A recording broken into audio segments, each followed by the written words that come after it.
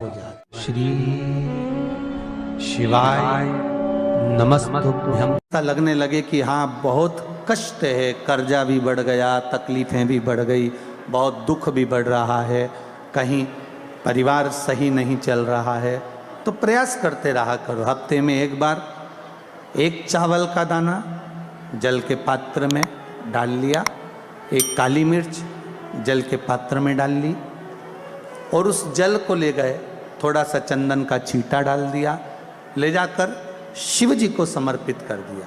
शंकर को जल चढ़ाने के लिए 5 स्थान हैं जहाँ शिव को जल चढ़ाया जाता है और शंकर उस जल को स्वीकार करते हैं, जिसको पंचगंगा कहा गया। 5 स्थान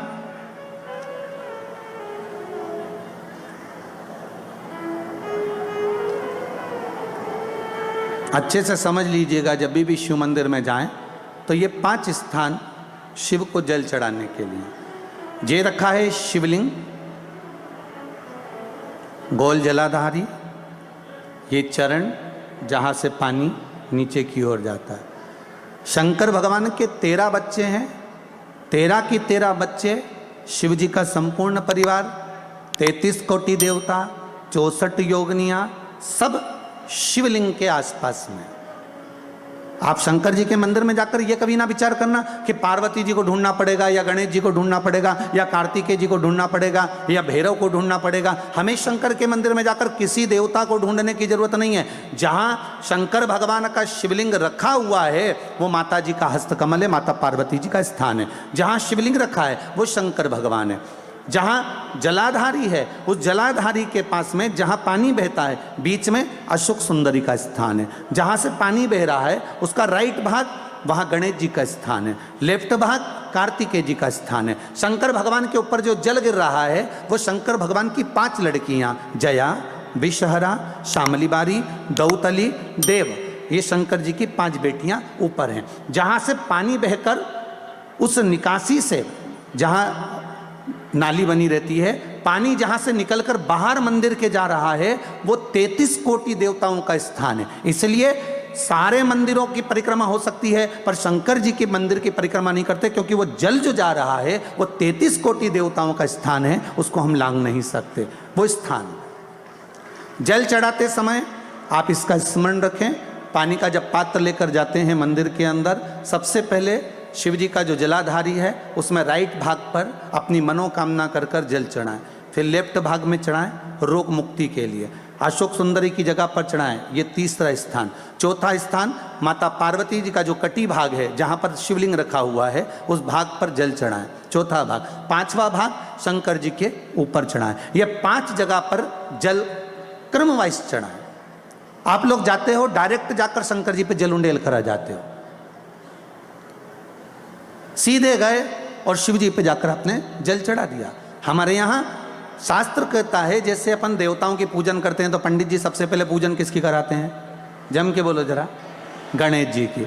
गणेश जी के बाद पूजन कराते कराते कराते कराते कराते कराते आगे के सारे देवता कराते कराते कराते कराते फिर मूल पूजन पर पहुंचते हैं। आप डायरेक्ट मूल पूजन पे पहुंच जाते हो। और सरल भाषा में समझ लो, जितनी सरल भाषा में समझोगे ना उतना अपने जीवन में उतर जाएगा। इस छत के ऊपर आपको चढ़ना है, निशानी रखी है,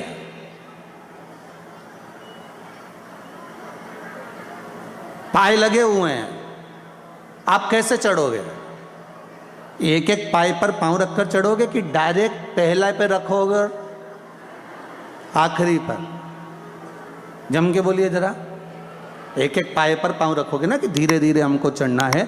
उसी तरह शिव मंदिर में पहुंचने के बाद पहला गणेश स्थान, कार्तिकेय स्थान, अशोक सुंदरी का स्थान। अशोक सुंदरी के स्थान पर जल क्यों चढ़ाया जाता है? क्योंकि भगवान शंकर की सबसे छोटी लड़की जो है वो अशोक सुंदरी है।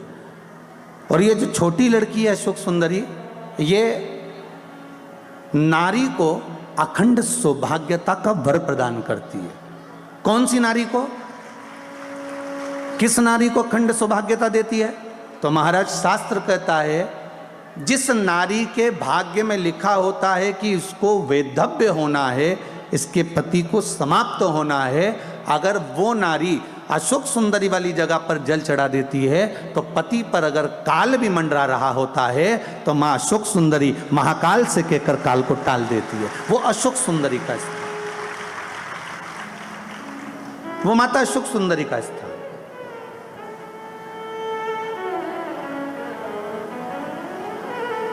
जल चढ़ाने का एक नियम है। यहां जल चढ़ाया, फिर कार्तिकेय बाबा को चढ़ाया, फिर अशोक सुंदरी को चढ़ाया, फिर कटी भाग पर। ये कटी भाग बड़ा विशेष भाग है महाराज, बहुत बहुत ध्यान दीजिएगा।